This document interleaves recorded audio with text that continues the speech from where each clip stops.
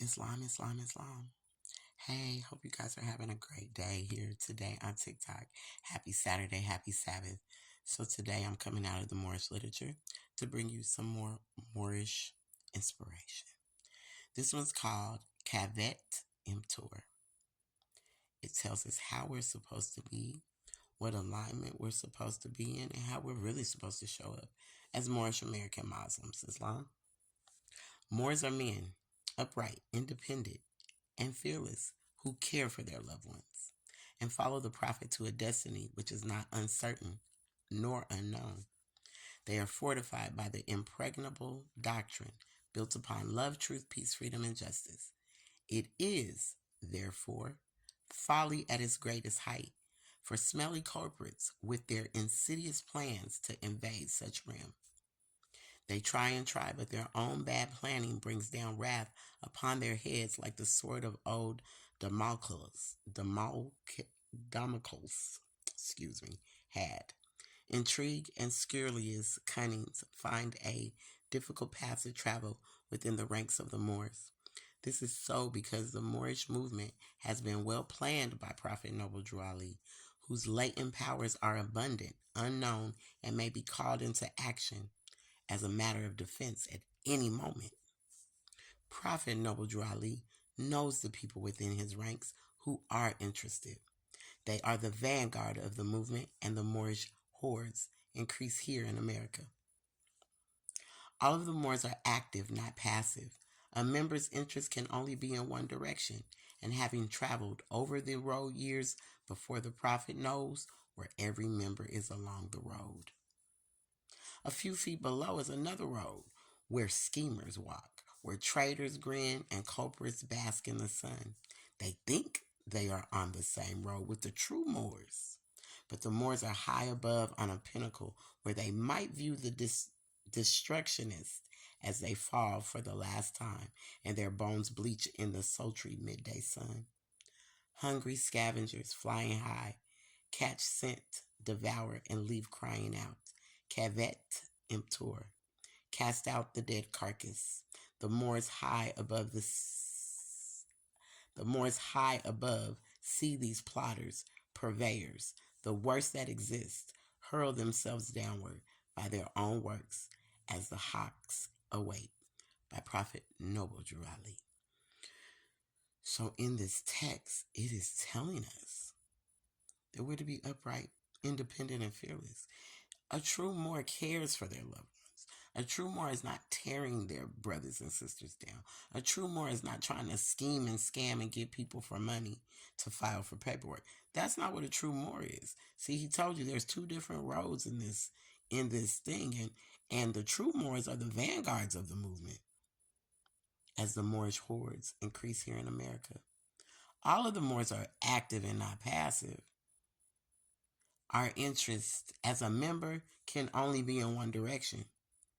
It can only be in one direction. But see, below that road that these true Moors travel, there's one below where the schemers walk and the traitors grin and the culprits bask in the sun. They think they're on the same road as the true Moors, but they're not on the same road because there's two roads. If you have the picture of Prophet Noble Drew Ali when he's sitting in the chair, and I need to go back and see when these other people position themselves in the same posture or position in this picture, if that road is behind them. But now the picture I do have of the prophet where he's sitting in the chair with his the feather and the turban and his sash, and he's sitting in the chair. There's two roads behind him. Most people are just paying attention to the prophet sitting in the chair, but there are two roads behind him. There's a wide road, and then there's a narrow road. The schemers think they're on the same road that the true Moors are on, but they're on the wide road. The road that you can see, you think you can see everything because it's wide. But you have no idea what could be lurking. You don't know.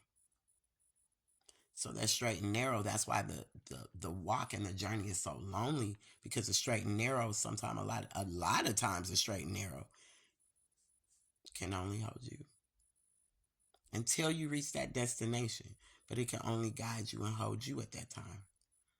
So you're working out sums to keep you in the bounds and keep you on that straight and narrow road so that you can reach your pinnacle of wisdom. It's sad to see that, though, because they will hurl themselves downward by their own works. And the hawk waits. The hawk sits and waits. He's up high, flying around the sea. I live by trees, so you see the hawks do it all the time. They're flying high. They're very high, right? They're waiting on you. They're just waiting to see when they can come down and tear you up, right? So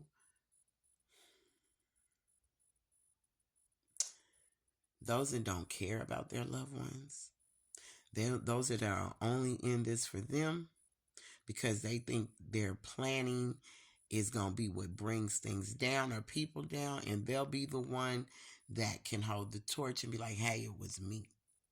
They want to be glorified. When not understanding, even with Prophet Noble Drew Ali, no matter who you try to dog out and say that they did what to what to what, so everyone played their portion in their part, and things went the way they went because how do you know that wasn't Allah's plan? Jesus was even taken out. Prophets are taken out, but they're also left. They also leave their footprints clearly cut for us to know that they went that way. So to be up under a teacher that was, his teacher was taught by the prophet is very profound for me because there's a connection there. It's not just a hearsay. It's like he was taught by both prophets. The prophet, the founder, and the reincarnated prophet. So it's beautiful to be able to have a teacher that comes from up under both Islam and to not be caught up in thinking my plan of whatever my plan thought my plan was is not it. Because you can plan to pull someone down and you're going to pull your own self down in that hole. So my teacher always says to me that we'll dig a hole thinking we're digging a hole for someone. We'll go on and dig another one because you need to go on and jump in that one. Or 9 times out of 10, you're just digging your own hole for yourself while you think you're digging a hole for someone else. And you're going to end up in the hole that you thought you were digging for someone else. It's just like the cover. Such wise words from my teacher. Moors and people, because I'm going to say any organization, religious background, any of it, do the same thing with this blanket. They do the same thing. My teacher, I love it. You got this blanket, so you think you can cover up your head, but your feet are exposed. Then you try to cover up your feet. Now your head is exposed. But guess what? The cover has gotten so short, it's about right here. You can't cover nothing. You barely covering your neck at this time. So this is why we must be upright, independent, and fearless. We must love our loved ones. And I am following the prophet.